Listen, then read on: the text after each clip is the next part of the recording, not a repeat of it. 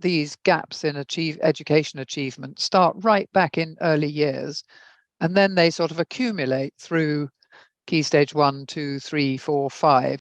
It never seemed to be taken up at a policy level.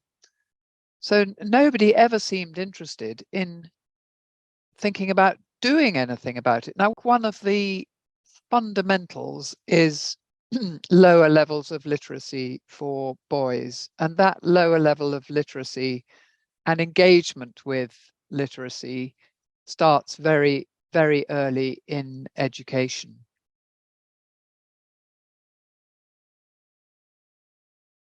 My name's Mary Curnock Cook, and I've been working in education for about 30 years now. My last proper job was as chief executive of UCAS, but now I've got a non-executive portfolio, but still working across different sectors of education, so secondary, vocational, further and higher education. When I first went to UCAS in 2010, one of the wonderful things about that job was, of course, that I had brilliant access to data because we had hundreds of thousands of applicants for university places with a complete history of their education and their qualifications on. And one of the things that struck me very early on, which I hadn't really thought about before, was the extraordinary gap between male and female applicants. And what I could see was that contrary to how it was back in my day, many more young women were going to university and indeed were getting better results at GCSEs, A-levels, BTECs, and so on, which of course was driving their applications to university.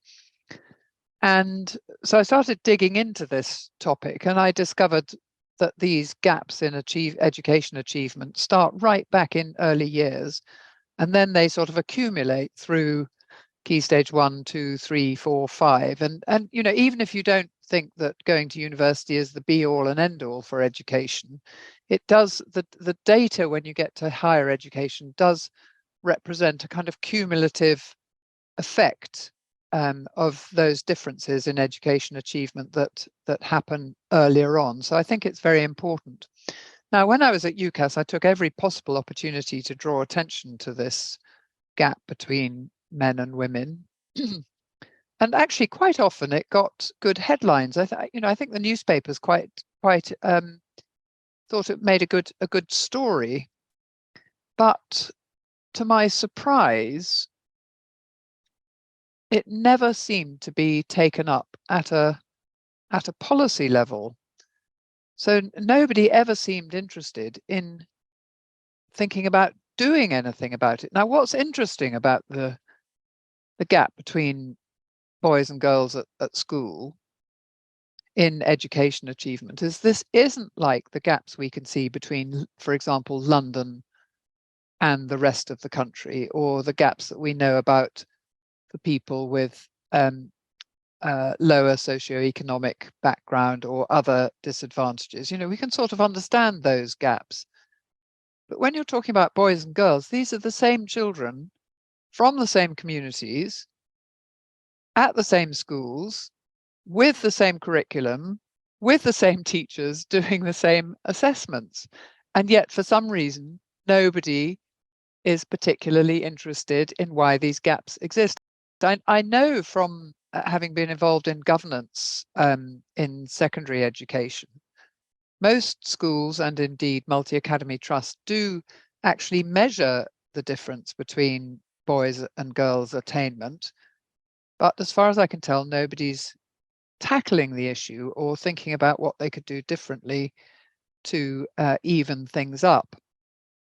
The other thing that's interesting is, of course, if we corrected this big gap in education achievement between boys and girls, we would then make huge inroads into some of the rich-poor gaps that the government and commentators seem much more worried about.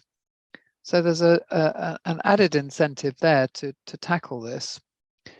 Now, what causes it? I think one of the fundamentals is lower levels of literacy for boys, and that lower level of literacy and engagement with literacy starts very, very early in education.